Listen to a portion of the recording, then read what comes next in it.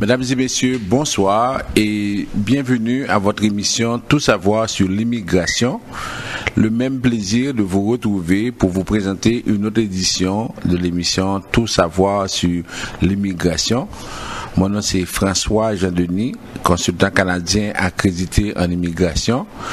Pour les touches techniques, Julien Limage est avec nous. Et à l'autre micro 2, Michel Jean, bonsoir. Bonsoir maître François Jean-Denis, bonsoir Junie. Bonsoir à vous tous et à vous toutes. Alors, comme vous l'entendez, nous sommes là, l'équipe au grand complet, pour vous présenter votre seule émission Immigration au pays. Alors, vous cherchez des réponses pour toutes vos questions concernant l'immigration. Alors, ce moment présent doit être pour vous un moment indispensable, un moment sacré, un moment de ne pas vous faire déranger. Restez calme, écoutez-nous avec beaucoup d'attention. Vous allez tout savoir sur l'immigration. Alors, comme d'habitude, nous commençons avec nos salutations. On veut saluer tous ceux qui se trouvent ici à Montréal à l'écoute de l'émission. D'abord, les gens qui sont un peu partout et des fois on leur dit qu'on ne peut pas citer toutes les régions de Montréal, tous les quartiers, mais on sait que vous êtes là, on vous salue. Et en même temps, ceux qui sont dans les grandes villes canadiennes, Gatineau, Ottawa, Toronto, Halifax, un peu partout, parce que avec la magie de l'internet, tout le monde écoute, on est écouté un peu partout. En même temps, on salue aussi ceux qui sont aux États-Unis, les gens qui nous écoutent dans plusieurs villes où il y a une forte majorité d'Haïtiens, d'Africains, de Latinos, des gens qui sont toujours en quête d'une solution. Alors, on vous salue et on espère que même s'il y a les problèmes au niveau du budget aux États-Unis, mais on sait que quand même vous êtes là, vous continuez à vivre, à fonctionner, à respirer, parce que de toute façon, il faut continuer à vivre malgré les apparences, malgré l'adversité. Ceux qui nous écoutent également en Amérique latine, en Amérique du Sud, en Amérique centrale, dans les Antilles, ceux qui nous écoutent au Chili, au Brésil, on a beaucoup d'appels de ces personnes qui veulent savoir ce qu'elles peuvent faire pour venir ici au Canada. On vous dit déjà derrière ce micro que ce n'est pas facile pour quelqu'un qui est au Chili de venir maintenant au Canada parce que vous êtes dans une situation très précaire. C'est sûr que les bureaux des visas vont refuser toute demande. Alors on vous le dit, c'est pas la peine d'essayer parce que ça ne donnera pas de résultat. Alors, ceux qui nous écoutent également dans le département, en Haïti, dans le département du Sud, avec Radio Macaya, les gens qui sont dans tout le département du Sud, parce qu'on sait que Radio Macaya est écouté un peu partout. Alors, on espère que vous êtes bien, on espère que ça continue à fonctionner pour vous pour le mois de janvier, parce qu'il nous reste 10-11 jours avant la fin de ce mois. Alors, ceux qui sont également dans le département du Sud-Est, Radio Télé Express, on salue nos amis de cette radio qui nous écoutent.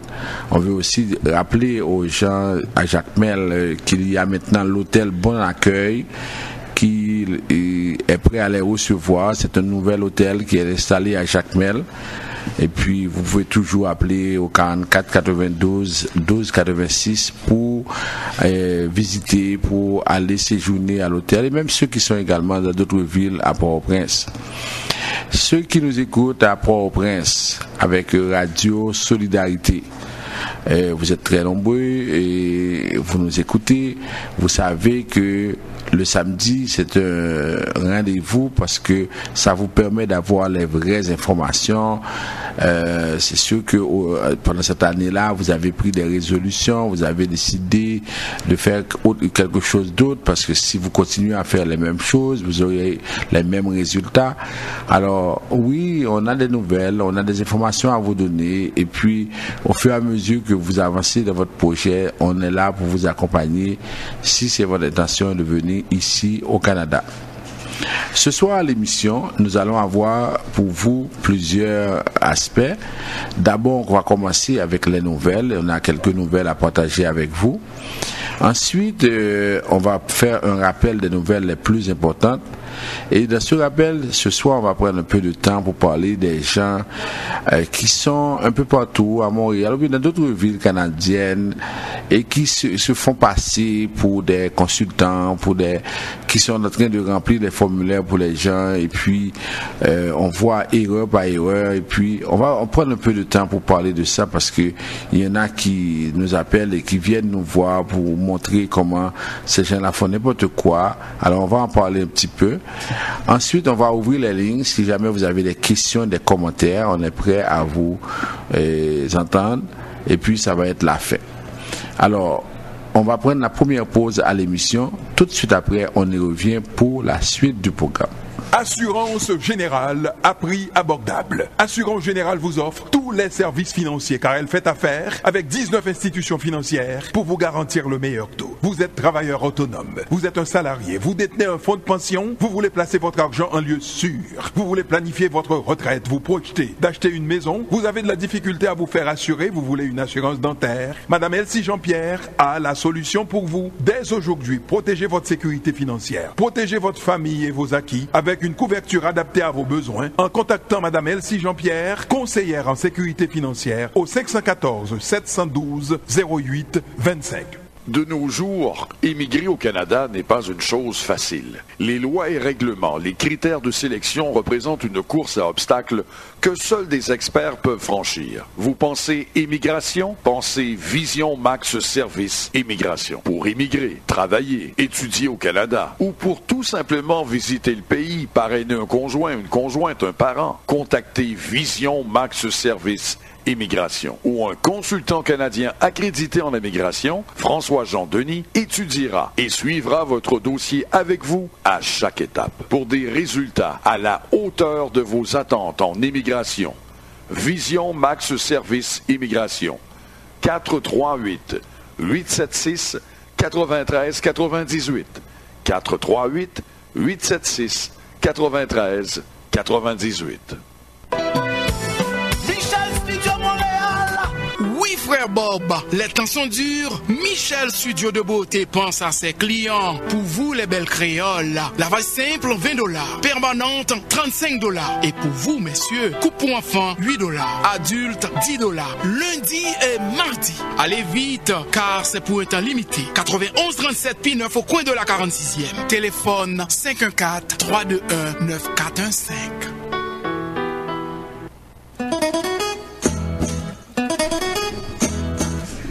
Vous suivez votre émission Tout savoir sur l'immigration. On vous rappelle les numéros de téléphone pour nous rejoindre. En Haïti, vous avez deux numéros, 48 20 78 18, 22 09 76 82. Ici, au Canada, vous avez également deux numéros. D'abord le 438 876 9398, ensuite le 438 382 9398. Vous pouvez nous rejoindre aussi sur Facebook. Vous allez sur la page Vision Max Service ou bien la page de François-Jean Denis. Vous allez avoir toutes les capsules au fur et à mesure qu'on les poste. Ensuite, vous pouvez aussi nous rejoindre sur WhatsApp au numéro 438 876 9398. Vous pouvez aussi nous contacter ou bien aller sur le site www.visionmaxservice.com. Alors on fait de notre mieux pour essayer de vous donner des services adéquats. Ça veut dire que chaque fois que vous avez besoin d'une information, et par les temps qui courent, il y a tellement de mauvaises informations qui circulent par des personnes non autorisées, des personnes qui racontent n'importe quoi. Souvent vous nous appelez pour confirmer une information. Ça nous fait plaisir de vous aider parce que on voit des gens qui prennent de mauvaises décisions parce qu'ils ont eu de mauvaises informations. Alors avec ça, on fait de notre mieux pour vous aider. Alors, mais aidez-nous dans le sens que appelez-nous aux heures de bureau, parce que chaque fois que vous essayez de nous appeler à n'importe quel moment, c'est sûr qu'on ne peut pas vous répondre. Et en même temps, si on est à l'audience avec un client, on ne peut pas vous répondre. On vous demande de laisser un message à la secrétaire ou bien au secrétaire, et puis avec ça, précisez ce dont vous avez besoin. Et là maintenant, on peut vous aider. Alors on commence avec la première information, et ça concerne par exemple les mères ou les mamans qui qui sont venus ici au Canada, au Québec, qui ont traversé la frontière pour faire la demande d'asile et qui étaient enceintes. Actuellement, on a 330 demandeurs d'asile, des femmes qui sont enceintes depuis le mois de juillet. Une trentaine d'entre elles ont jusqu'à présent accouché selon le programme PRAIDA. Elles ont donné naissance à des bébés canadiens. Et là maintenant, on se retrouve avec ces femmes qui ont accouché et qui vont accoucher. Et maintenant, il y en a d'abord parmi les informations qui circulent qui ne sont pas correctes. Donald Trump dirait les fake news. On a ces personnes qui pensent, il y en a qui pensent que si elles donnent naissance à un bébé canadien, elles ont un statut automatiquement, ce qui est faux. Lorsque vous avez un enfant qui est né ici au Canada, cela ne vous donne aucun statut supplémentaire. Si vous êtes demandeur d'asile, si vous êtes en quête d'une résidence, vous allez toujours dans cette situation-là. Et si à un moment bien déterminé, on décide de vous renvoyer, c'est pas parce que vous avez un enfant qui est né au Canada que vous allez pouvoir rester au pays. Alors je voudrais que cela soit clair pour vous. Ça veut dire lorsque l'agence qui est responsable de faire quitter le pays par des étrangers, lorsque l'agence va procéder, elle va tout simplement vous dire que vous n'avez pas de statut, vous devez quitter. Et que si vous lui dites que j'ai un enfant canadien, on dit madame ou bien et monsieur et qui est le père, ça veut dire que ce que vous avez à faire, c'est ou bien de laisser votre enfant entre les mains de quelqu'un ici, ou bien vous partez avec cet enfant-là, parce que un Canadien n'est pas obligé de vivre au Canada. Ça, c'est, je dirais, la théorie classique, ou bien c'est l'argument qu'on sert le plus souvent. Mais le problème qui va se poser, c'est que l'enfant arrive dans un pays étranger, il n'a pas de statut non plus dans ce pays. Alors souvent, c'est ce qui arrive, parce que c'est pas tous les pays qui reconnaissent que l'enfant, s'il est né d'un père qui a la nationalité, automatiquement il a cette nationalité. Alors on se retrouve avec l'enfant qui n'a pas de statut s'il retourne dans son pays, et en même temps on se retrouve avec la mère qui est au Canada qui n'a pas de statut. Alors c'est un dilemme, et de plus en plus des voix s'élèvent vous demander au gouvernement de considérer, mais c'est sûr que le fait d'avoir un enfant ne peut pas donner la citoyenneté ou bien donner la résidence permanente, parce que là tout le monde en profiterait pour dire que oui on a un enfant, et puis c'est ça. Alors, et ça c'est la nouvelle que je voulais partager avec vous, parce que pour le moment on a 330 personnes, et ce sont les dernières statistiques.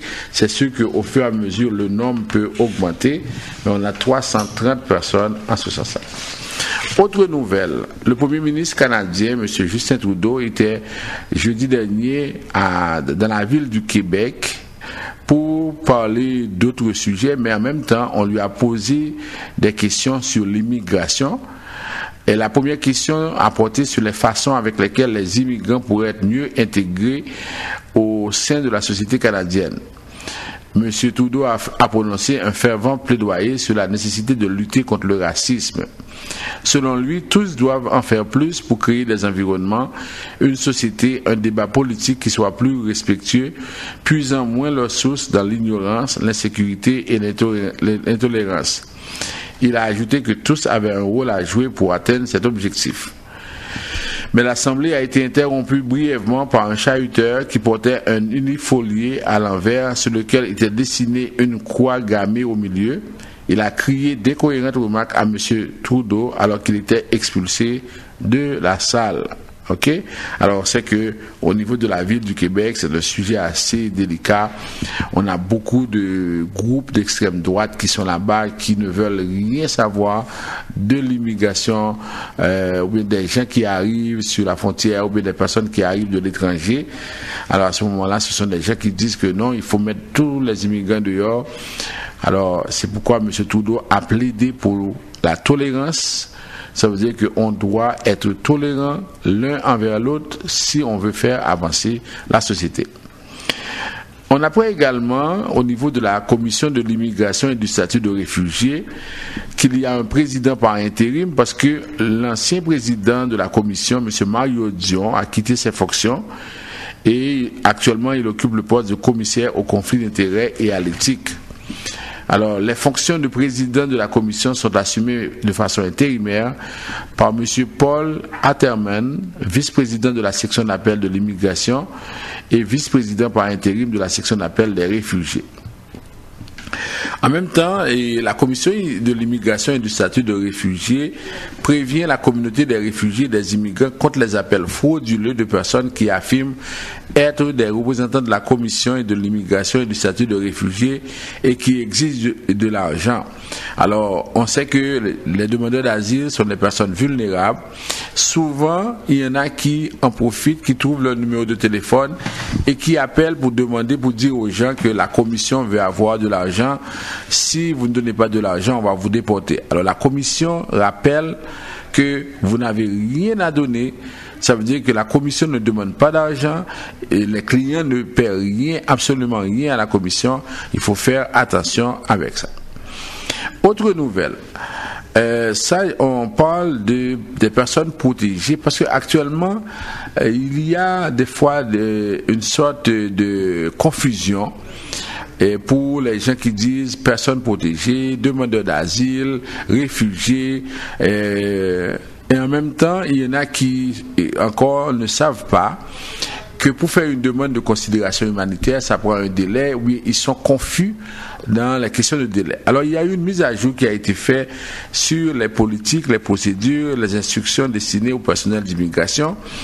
Alors, quand vous faites une demande d'asile, ça veut dire que être demandeur d'asile n'est pas un statut. Alors, quand on parle de statut, on parle de visiteurs, on parle d'étudiants étrangers, de travailleurs étrangers, on parle de résidents permanents, on parle de citoyens. Ok?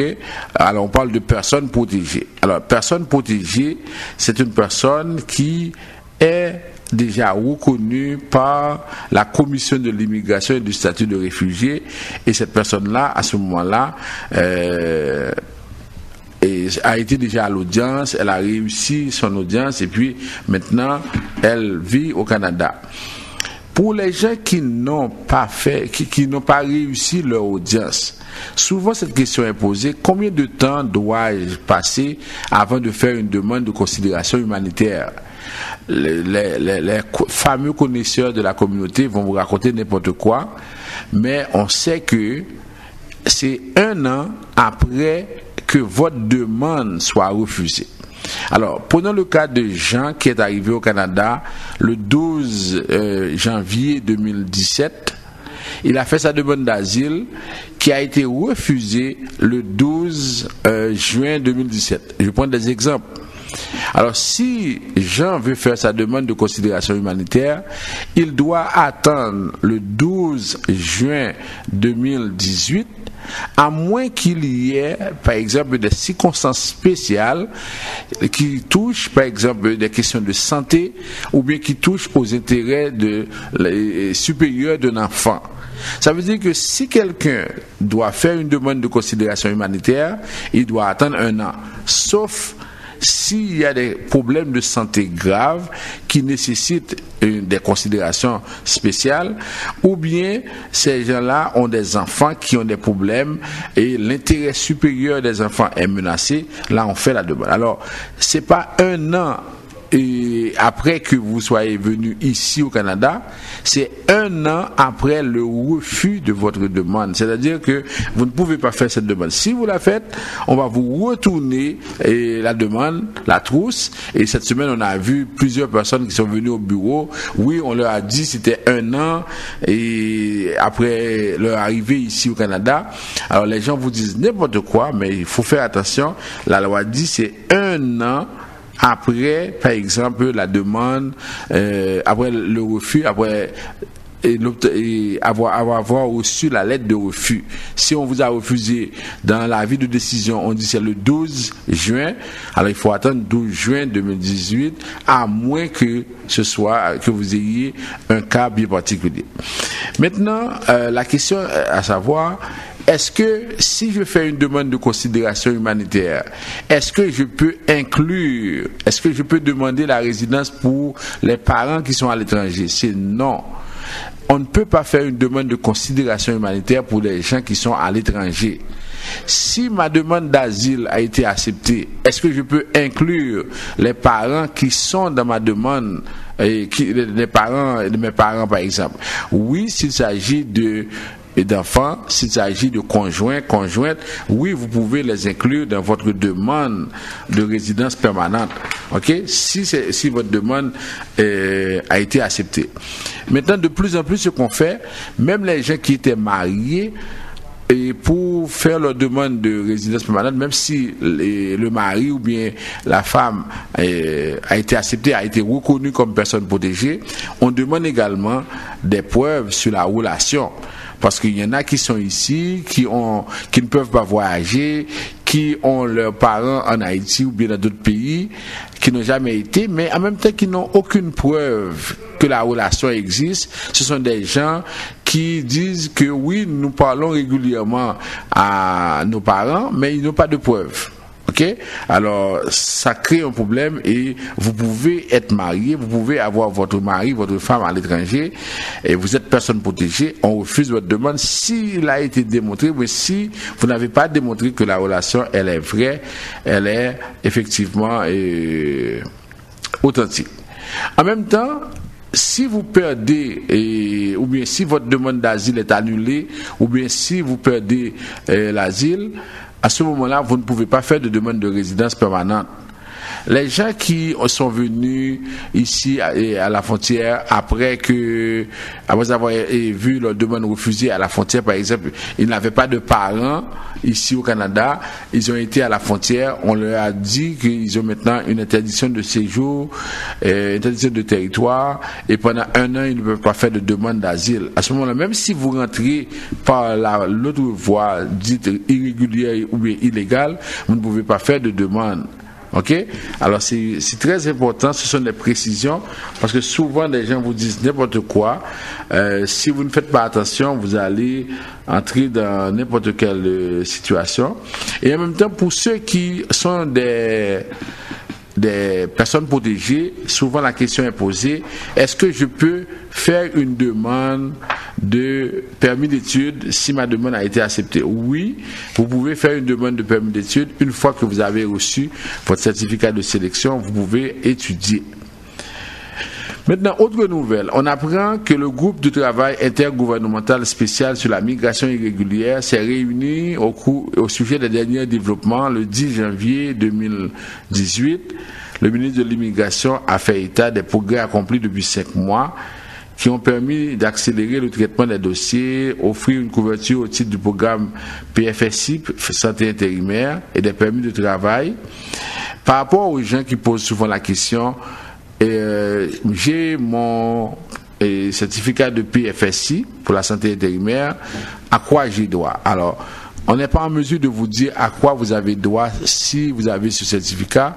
Si vous voulez avoir plus de détails, vous avez à appeler la régie de l'assurance maladie ou bien vous allez à la clinique, on vous dira à quoi vous avez droit. Souvent, les gens, des fois, nous disent que oui, on aimerait que vous appeliez pour nous à la clinique, que vous appeliez la régie. Non, même si on appelle, on ne peut pas dire à la régie ce qu'elle doit faire. La régie sait exactement ce à quoi vous avez droit, et puis à ce moment-là, il faut attendre pour trouver par exemple les soins qu'on vous donne.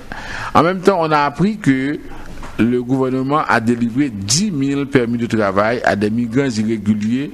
Alors, depuis quelque temps, les permis de travail sont délivrés à un rythme vraiment accéléré. On est rendu à 10 000.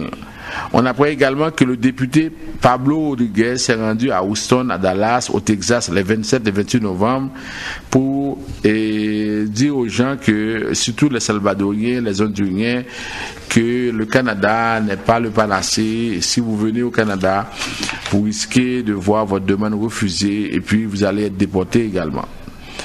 Bon, alors ça c'est pour le groupe de travail. En même temps, on apprend aussi pour les travailleurs étrangers, depuis le 1er janvier, le gouvernement canadien a modifié les règles concernant le logement des travailleurs étrangers agricoles temporaires. Là, on parle des personnes qui viennent travailler dans les champs. OK? Ça veut dire que c'est pas tous les autres travailleurs étrangers temporaires. Alors, on a modifié les règles concernant le logement. Les rapports d'inspection des logements soumis à emploi et développement social devront avoir été faits dans les 8 derniers mois et indiquer le nombre maximal de personnes pouvant habiter le logement.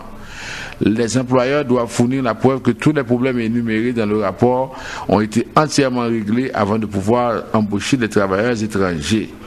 OK? Parce que souvent, ce qui arrive, comme on a des travailleurs étrangers agricoles, à ce moment-là, ces gens-là, ils arrivent, ils vivent dans des conditions assez difficiles et des fois, ils peuvent être entassés dans des espaces et ils sont 20, 30, 40. Alors, le gouvernement a modifié et a modifié tout ce qui a trait, par exemple, au logement des gens. OK? Alors, et ensuite, comme autre nouvelle, pour terminer, on parle des demandeurs d'asile qui sont interceptés à la frontière du Québec. C'est 20 000 qui sont interceptés dans la région du Québec. Alors, ça, vous le savez déjà. En même temps, on parle aussi de la situation des Haïtiens au Chili.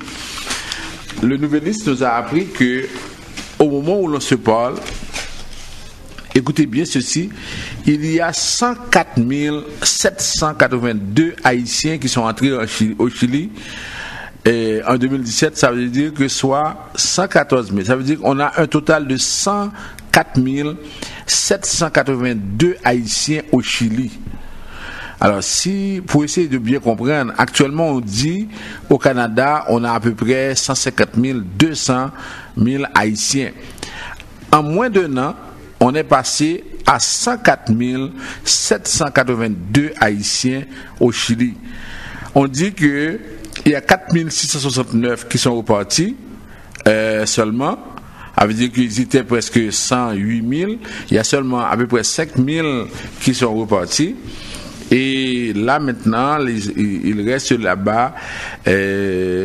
On nous apprend qu'ils ne voyagent plus à partir de l'aéroport international Toussaint Louverture, mais on a aménagé un espace à l'aérogare Guy Malary pour ces gens qui vont au Chili.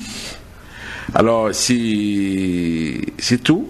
On va prendre une toute petite pause et après, on va faire le rappel des nouvelles les plus importantes. Ou à faire affaire avec une compagnie de green gauche tête bobèche pour régler le dossier immigration au Canada pour te faire économie bout de chandelle ou à venir plein on prend refus parce que dossier mal préparé, formulaire t'es mal rempli ou même qui devait ça me t'es parlé. Tu vois, pour le même genre de dossier, T. George WhatsApp, Fanny, Madame Joe Facebook et moi-même avions tous obtenu satisfaction pour avoir fait affaire avec Vision Max Service, cabinet spécialisé en immigration. Vous qui rêvez d'immigrer, d'étudier au Canada ou tout simplement de visiter le pays, Vision Max Service, vous comptez demander un super visa, venir investir ou vous établir en tant que travailleur qualifié. Vision Max Service, un label de qualité. Vision Max Service, c'est le travail de professionnels qui étudie, traite, suivent votre dossier. Il vous conseille, vous encadre, vous accompagne dans toutes vos démarches pour des résultats 100% excellents. 273 Lalu, coin Ruelle Vaillant, Port-au-Prince, téléphone 48 20 78 18 22 09 76 82.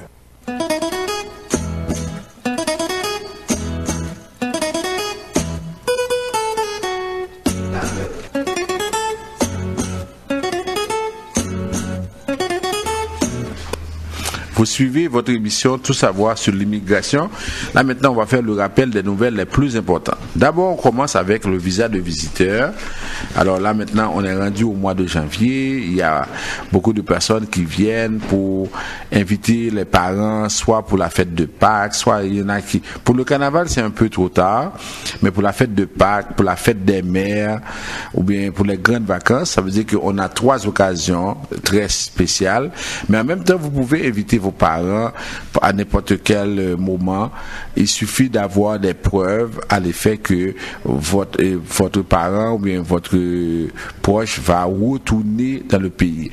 Alors, juste comprendre c'est quoi visiter ou bien c'est quoi inviter quelqu'un à venir ici au Canada. Par exemple, si vous invitez une personne à venir chez vous pour une fête ou bien pour passer quelques heures avec vous pour vous amuser, vous vous attendez à ce que la personne retourne chez elle immédiatement que les festivités ont terminé.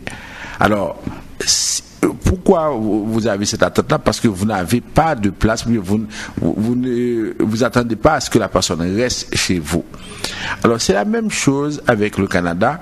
Lorsqu'on invite quelqu'un à venir ici, ou lorsque la personne dit qu'elle vient visiter, le Canada s'attend à ce que la personne retourne dans son pays. Et le Canada va se baser sur des points bien déterminés pour savoir si oui ou non la personne va retourner. Des fois les gens disent oui, moi j'ai envoyé beaucoup de papiers, j'ai envoyé des preuves. Je vous redis, ce n'est pas ce que vous envoyez qui détermine si oui ou non la personne va avoir le visa. Le visa est donné en fonction des attachements de la personne dans son pays d'origine. Aussi longtemps que vous ne comprenez pas ça, vous allez avoir des problèmes, vous allez faire des demandes inconsidérées, vous allez perdre de l'argent, vous allez donner de faux espoirs à la personne qui est à l'étranger. Et en bout de ligne, c'est le Canada. Ce sont les bureaux des visas qui vont gagner parce que chaque demande coûte à peu près $280. Alors si vous continuez à faire des demandes comme ça, vous n'allez pas pouvoir obtenir gain de cause. Alors on vous le dit, en 2018, c'est ce qu'on a dit au début, chaque fois que vous avez l'intention d'envoyer une lettre pour quelqu'un qui veut faire une demande de visa de visiteur, posez-vous la question, est-ce que cette personne a assez d'attachement pour convaincre l'agent des visas qu'elle va retourner? Ok, c'est ça toute la question. Parce que le Canada n'a pas de problème pour les visites. Parce que quand vous visitez, ça fait avancer l'économie du Canada. Le problème du Canada, c'est parce que on sait que ce ne sont pas des visiteurs, ce sont des gens à problème qui veulent venir parce qu'ils veulent rester au pays. Et chaque fois que quelqu'un fait une demande de visa de visiteur, ça coûte au maximum $280. Si la personne décide de rester au pays, le premier chèque d'aide sociale est de $642. Alors c'est comme si le Canada fait venir des gens pour prendre de l'argent dans son pays. Alors là, on n'aime pas ça. Alors c'est pourquoi on vous dit, oui, on va avoir par exemple beaucoup de cas de refus, mais cependant, si vous ne voulez pas être par exemple dans cette situation-là, avant même de faire votre demande, vous passez nous voir, on va passer en revue tous les aspects avec vous et on va vous dire si oui ou non ça vaut la peine de faire votre demande de visa de visiteur. C'est la même chose également pour les permis d'études. Actuellement, s'il y a un programme que les gens utilisent à travers le monde, c'est le permis d'études. Pourquoi le permis d'études? Parce que le programme des travailleurs qualifiés ne fonctionne plus. Il y a des quotas pour le programme de parrainage. Alors, généralement, quand quelqu'un décide de faire quelque chose pour sa famille, pour ses parents, ça veut dire que cette personne-là va décider de faire une demande de permis d'études.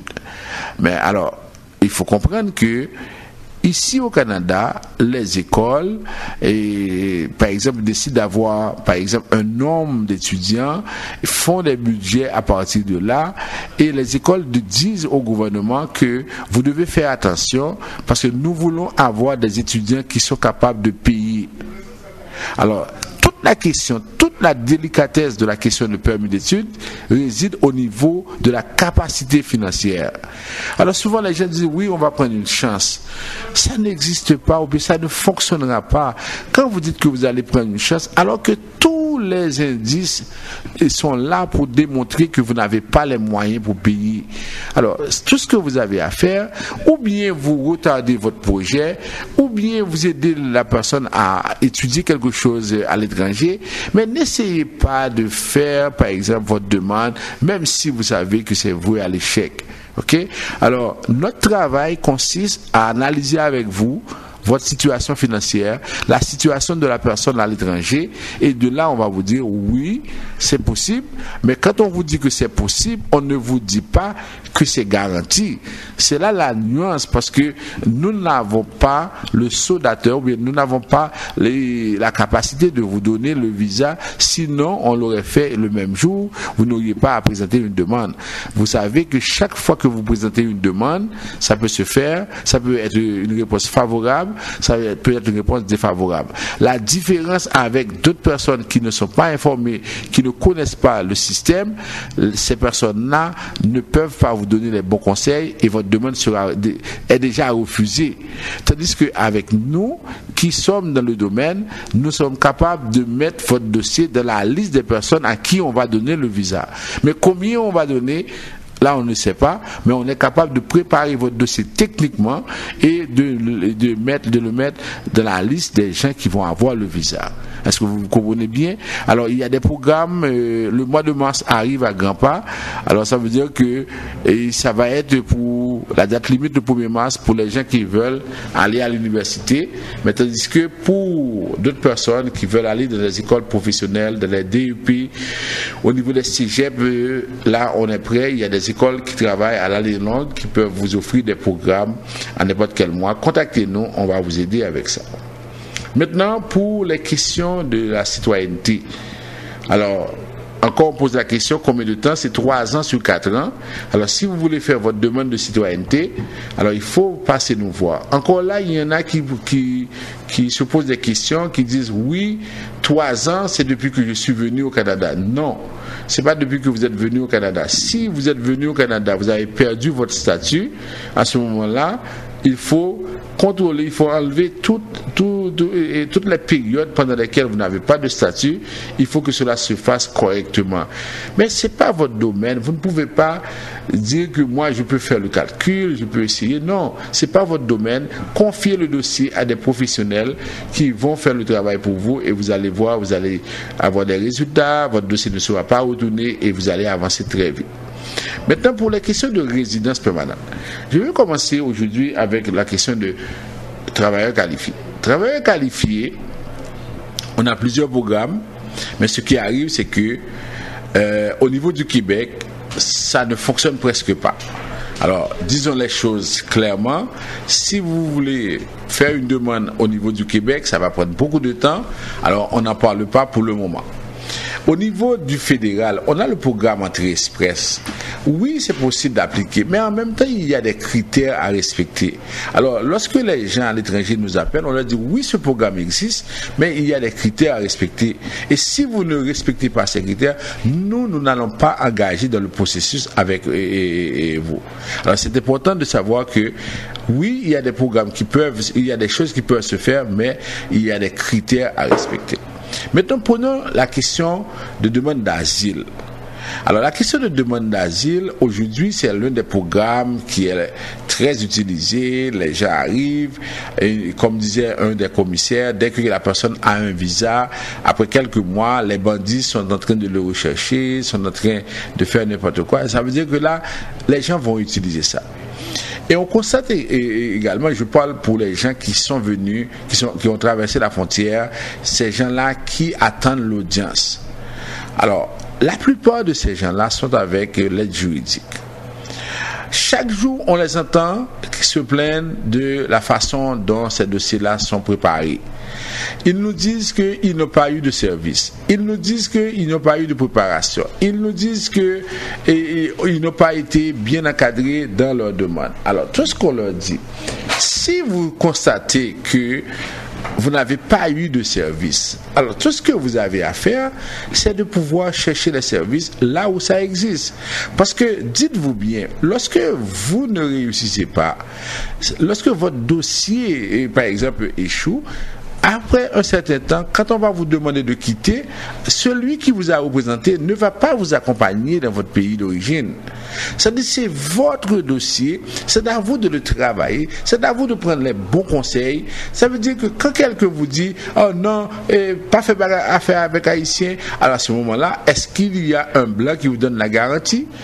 S'il vous dit que oui, de toute façon, ou sous aide sociale, ou pas qu'à faire une demande, ou pas qu'à gagner un représentant. Mais qui vous a dit que vous ne pouvez pas avoir votre représentant même si vous êtes sur l'aide sociale? Alors, lorsque vous entendez toutes ces choses-là, si vous ne faites pas attention, vous allez continuer à agir de n'importe quelle façon et par la suite, votre dossier sera refusé et je vous le dis, c'est la première fois qui compte. Vous avez plus de chances d'avoir votre résidence la première fois qu'après. Ça veut dire que si vous me dites oui, si ma demande est refusée, je peux me marier. Alors vous pensez que avec toutes ces demandes qui seront refusées, le gouvernement va accepter les cas de parrainage comme ça, et oui, et vous avez trouvé l'âme sœur, vous avez trouvé l'ange gardien, et puis maintenant vous vous mariez, c'est correct, c'est l'amour parfait. Vous pensez que ça va être correct? Et qui vous dit que vous allez avoir le temps d'attendre le processus de parrainage? Alors vous comprenez ça? Il y en a par exemple qui font des demandes et qui disent oui, on peut faire la demande de considération humanitaire. On vous a dit que vous devez attendre 1 an. Et en même temps, lorsque vous faites votre demande de considération humanitaire, vous devez démontrer que vous avez un bon établissement au Canada et vous devez démontrer que vous allez être soumis à des difficultés injustifiées, et vraiment des difficultés qui vous empêchent de retourner. Alors, c'est pas facile. Alors, je m'adresse à ceux qui viennent d'arriver, ceux qui viennent avec le visa de visiteur. Faites attention, c'est pas parce que vous avez un visa de visiteur que vous êtes obligé de faire une demande d'asile. Vous devez réfléchir avant de faire votre demande. Même si les gens vous disent n'importe quoi, faites attention. C'est pas parce que vous êtes dans une maison, on vous dit oui, vous pouvez faire ça vous-même. Faites attention. Parce que si vous agissez en légèreté, avec légèreté, c'est sûr que vous allez payer les conséquences. Maintenant, pour la question de parrainage de parents, on sait que depuis le 3 janvier, vous avez la possibilité d'appliquer ou bien de dire que vous voulez de remplir la déclaration d'intérêt. Alors on vous a dit, si votre intention est de parrainer un frère, une sœur, un neveu, une nièce, ce n'est pas la bonne formule pour vous. N'appliquez pas, n'envoyez pas cette déclaration d'intérêt. La déclaration d'intérêt concerne les gens qui veulent parrainer leur père, leur mère, leur grand-père, leur grand-mère. Alors faites attention. Et deuxièmement, ça demande des revenus. Quand vous passez nous voir, on va vous dire si oui ou non ça vaut la peine de remplir cette déclaration d'intérêt. Parce que vous devez déclarer les 3 années, les trois dernières années, 2014, 2015, 2016. Mais si vous n'avez pas les revenus, vous ne pouvez pas être éligible. Alors, au lieu de faire, par exemple, votre demande et puis de remplir les espaces et puis d'empêcher aux autres de pouvoir appliquer, alors organisez-vous, c'est-à-dire soit vous travaillez davantage pour avoir plus de revenus, ou bien vous vous abstenez parce que vous ne pouvez pas, il n'y a pas une question de chance, ça veut dire oui, ça va passer. Organisez-vous, si vous avez la possibilité, venez, passez nous voir, nous allons analyser avec vous tout ça. Maintenant, pour la question de parrainage de conjoints, parrainage d'enfants, encore cette semaine, on a vu des gens qui sont venus avec des formulaires mal remplis parce qu'ils sont allés à quelque part, on leur a rempli ça, on leur a dit ne faites pas affaire avec des bureaux, vous allez dépenser trop d'argent, tout ça. Alors ça c'est malhonnête. Quand les gens font ça, c'est très malhonnête. Et je sais que ça concerne surtout des gens de certaines communautés. Parce que si nous-mêmes, nous avons un dossier, nous pouvons faire, nous prendre, nous porter n'importe qui monde qui, chita là, il a fait toute l'autre activité et puis il dit, il fait immigration, tout. Nous avons des dossiers, moun nan gen maril qui en Haïti, et puis, gon côté là, il dit comme ça que, li qui nous a signé pour maril qui en Haïti. Mes amis, ça pas fait, ou pas qu'à signer pour moun nan qui majeur. Et puis ensuite, formulaire changé. Il y a un pile bagay qui changé dans l'immigration. Nous-mêmes, quand nous travaillons dans l'immigration depuis plus de 10 ans, chaque matin, nous faisons nos devoirs pour nous aller consulter tout ça qui gagne dans la question immigration pour nous, avant nous parler. Parce que Maro dit, vous n'avez pas de droit à la parole si vous n'avez pas fait d'enquête. Ou pas qu'à parler d'un bagay qu'on pas connaît. Et c'est ça qui est malheureux. En pile monde, c'est des connaisseurs. Et nous gagnons, si gagnons 10 000 Haïtiens à Montréal, gagnons 10 000 systèmes d'immigration, c'est 10 000 connaisseurs. Tout d'où, yo même, yo ici depuis 20 ans, yo ici depuis 30 ans, yo te connaissent ici, yo te connaissent là, depuis sous Père Trudeau, yo te là, et puis ça a autorisé au parler de l'immigration. Alors moi je dis mais pour que ça c'est seulement de l'immigration nous parler. Mais nous avons tout fond clinique là nous dit c'est médecin que nous y. Nous avons tout dit c'est comptable que nous y. Nous avons dit tout ça. Alors nous-mêmes qui portons dossier nous ba moun sa yo et puis qui a fait ça c'est nous qui connaît et yo pas bail reçu, yo prend dossier yo fait ça au là-dedans. Gen même moun qui joindre l'autre qui vini, yo dit yo ka accompagner l'audience pendant yo la météo yo dit moun non faut pas dire c'est moi-même qui travaille avec vous. Mais comment nous faisons un gros pays comme ça et puis pour nous quitter moun à bluffer nous à dire nous des paroles comme ça, comment nous faisons un pays pour nous ba moun corps moun dit pas bon reçu, mais c'est nous qui fait ça tout en tant que tel. Alors on vous le dit, si vous continuez à agir ainsi, alors vous allez avoir des problèmes et puis après ça moun ça t'a ban nous tout conseil ça et puis pas dire nous rien. Ça veut dire que c'est nous qui victimes de ça. Alors la loi dit, il y a un monde qui n'a pas autorisation pour faire immigration, il n'a pas droit à faire immigration. Et si la police connaît le cas, la KLI, parce qu'il n'a pas droit à faire ça. Parce que un monde qui là, il n'est pas capable de dire que Michel Bagadi, c'est médecin lié pour le fond clinique la KLI. Ou pas dire que par exemple que c'est comptable pour faire n'importe qui bagaille. Ça il faut respecter ça et puis ça arrive vraiment avec des gens qui sont très vulnérables et qui sont victimes de ces façons de faire là et c'est malheureux. Alors pour le parrainage de conjoint, vous avez un conjoint, une conjointe à l'étranger, vous voulez parrainer. Alors, on voit de plus en plus, il y a des entrevues et malheureusement, ce qui se passe, les personnes ne sont pas préparées. Alors, organisez-vous pour être préparés, pour pouvoir offrir, pouvoir répondre aux questions de l'agent d'immigration et vous allez voir, tout va bien se passer. Alors, on s'arrête là. Michel est déjà de retour. On prend la pause et après, c'est Michel qui nous apporte la question.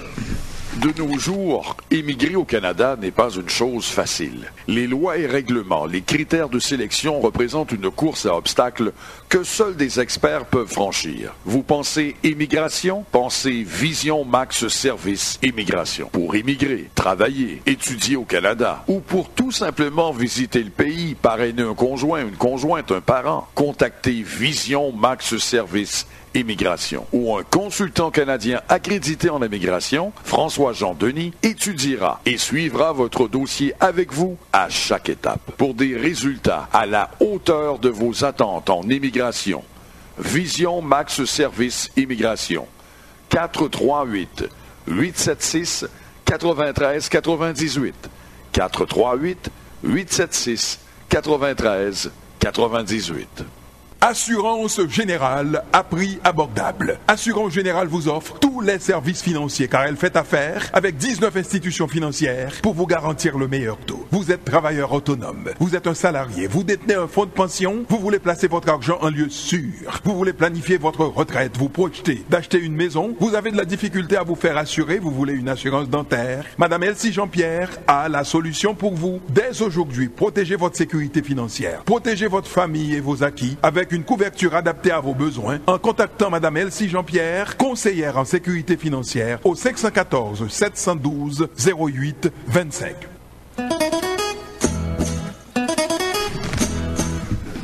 Vous suivez votre émission Tout savoir sur l'immigration.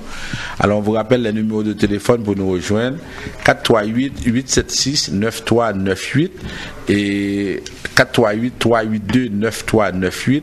En Haïti, nous avons deux numéros, le 2209-76-82, le 48-20-78-18. Le bureau se trouve au 273 la rue Conriel Vaillant. Et en même temps, vous pouvez nous rejoindre sur WhatsApp ou bien sur la page Facebook, un peu partout.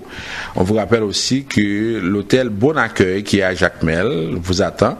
C'est vraiment une entreprise qui vient de prendre naissance. Et puis, il y a deux numéros pour rejoindre les responsables. C'est 44 92 12 86 37 47 17 11. Alors, Michel, à vous.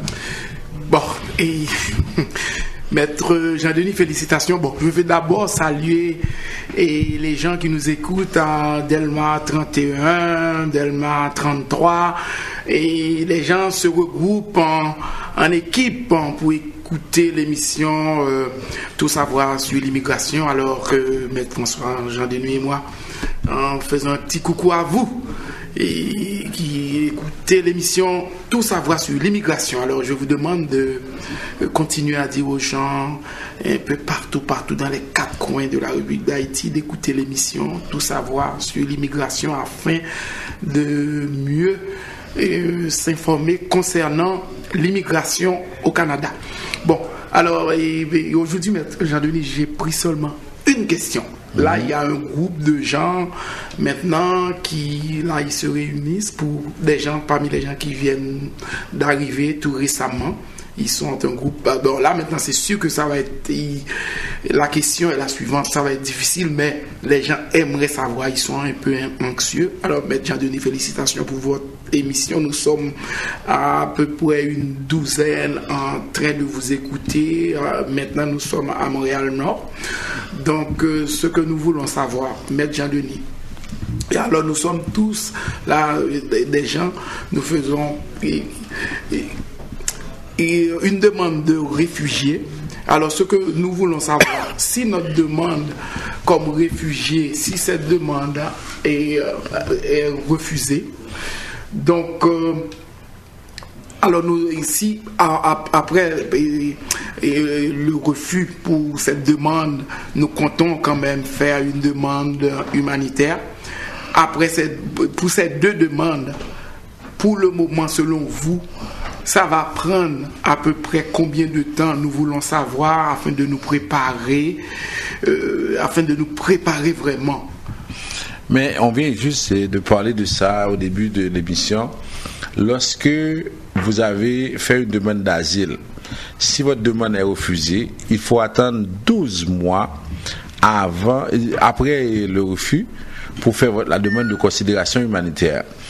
Et à moins qu'on ait des problèmes de santé graves, à moins que l'intérêt supérieur des enfants soit menacé. Alors ça veut dire que là, la loi est claire. Si quelqu'un décide de faire sa demande de considération humanitaire, la personne doit attendre. Mais ce que je trouve très malheureux souvent, Michel, c'est que je vois des gens qui me disent oui, on sait que ça ne va pas fonctionner avec ma demande d'asile, on sait que mon représentant ne m'a pas aidé, ça ne fonctionnera pas, ok? Et ce matin, j'ai vu un cas, franchement, c'est incroyable. La personne qui dit il est persécuté parce qu'il y a des gens qui ont volé ses porcs et ses chiens.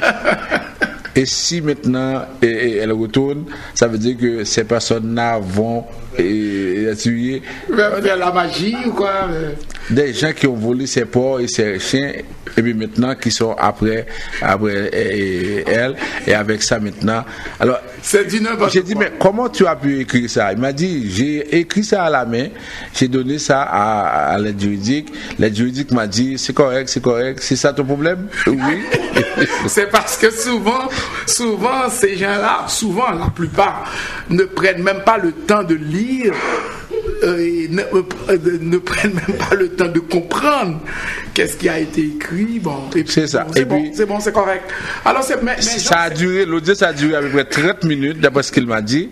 Et là, on lui a dit, monsieur, là, écoutez, là, c'est même pas la peine. Vous nous faites perdre du temps, parce qu'avec cette histoire de quelqu'un qui a volé vos porcs, vos chiens, bon, et puis qui serait après vous, tout ça. Non, mais alors, peut-être que sûrement, l'avocat ou ce représentant, sûrement, ne comprenait même pas ce qu'a écrit ce pauvre monsieur.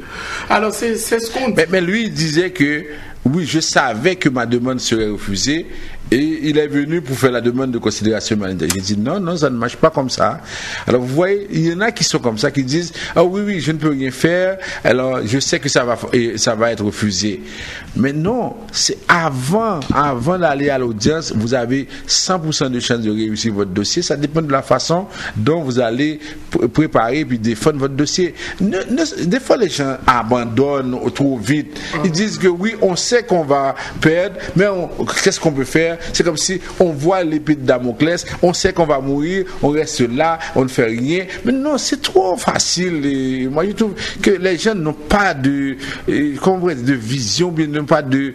C'est pas normal que on voit qu'il y a un danger et puis on reste là assis, on dit mais qu'est-ce qu'on peut faire? Mais oui, vous pouvez faire quelque chose. Vous pouvez demander à quelqu'un de vous aider. Mais c'est pas. Regardez, avant même l'audience, vous pouvez apporter des modifications à votre demande. Vous n'allez pas changer l'histoire du tout au tout, mais vous pouvez apporter des changements. Mais faites-vous aider. Allez voir quelqu'un qui peut vous aider. Parce que c'est votre situation.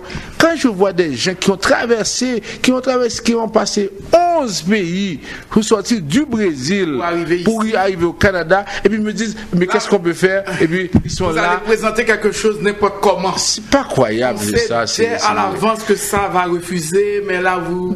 Et il y a Michel le principe qui dit, quand dans la vie on a fait tout ce qui est humainement possible, le reste ne nous appartient pas. Ça veut dire que quand vous avez fait tous les efforts nécessaires, vous avez pris toutes les dispositions. Si après votre demande est refusée, mais au moins vous allez savoir que vous avez essayé, vous avez fait quelque chose. Mais quand vous dites que vous savez déjà que ça va être refusé, vous vous croisez les bras, vous attendez, et vous êtes là, vous cherchez quelqu'un pour vous marier, ou vous dites que vous attendez des considérations humanitaires. Mais ça, c'est pas sérieux. C'est pas vraiment pas sérieux. Je sais pas si et tu te rappelles, Jean, nous avons un client qui vient côté que l'été voulait ouvrir l'aller quand même. Puis ce dossier, ou pas de vous dit ça va pas fonctionner, ou remettre le dossier, il vient quand même, il dit ma prends chance moi. Tu n'as pas voulu le laisser aller. Le dossier a traîné pendant plusieurs jours au salon. Oui. Tu voulais aller quand même. On dit non, je vais pas prendre la chance de le faire. Mais si c'est vraiment, c'est écrit dans le ciel que ça va être refusé, mais pourquoi on a fait? C'est pas une loterie. Ah, c'est dommage quand on voit les gens qui agissent en toute légèreté, qui ne comprennent pas, parce que là c'est une situation assez difficile. Attention, on va notre ami à dire qui arrive. On parlait tout à l'heure de voleurs de chiens, voleurs de porcs là.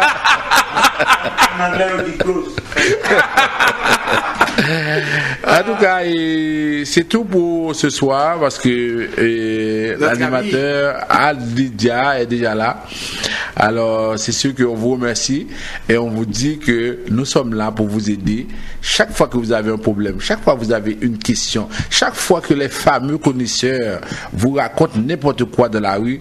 Appelez au bureau, dites est-ce que c'est vrai, nous sommes là, nous allons vous aider, parce que nous savons que les gens peuvent vous faire n'importe quoi. Pour terminer, j'ai vu dernièrement une personne à qui on a envoyé une lettre en anglais pour lui dire qu'on a changé la date du 1er juin. On lui a donné, on dit qu'on a reporté, on a enlevé parce que les gens, tout le monde avait la date du 1er juin. On lui a envoyé la lettre du 1er juin, on lui a dit, mais c'était en anglais, on lui a dit qu'on va vous écrire pour vous donner une nouvelle date. La personne lui a dit, ou déporter. Ou déporter, la personne commençait à pleurer. Juste, on lui dit, ou déporter. Ouais, ça pour vous, parce que vous déportez. Vous voyez comment les gens sont méchants, comment les gens disent n'importe quoi. Avec ça, maintenant, la personne a passé presque 1 heure de temps à pleurer, le temps de prendre un bus, de venir au bureau. Elle a dit, ou déporter. Ouais, ça pour vous. Alors, c'est vraiment. C'est n'importe quoi. C'est n'importe quoi. Alors, on vous remercie. Continuez à nous écouter. On est là pour vous aider. On va toujours être là pour vous aider. Merci.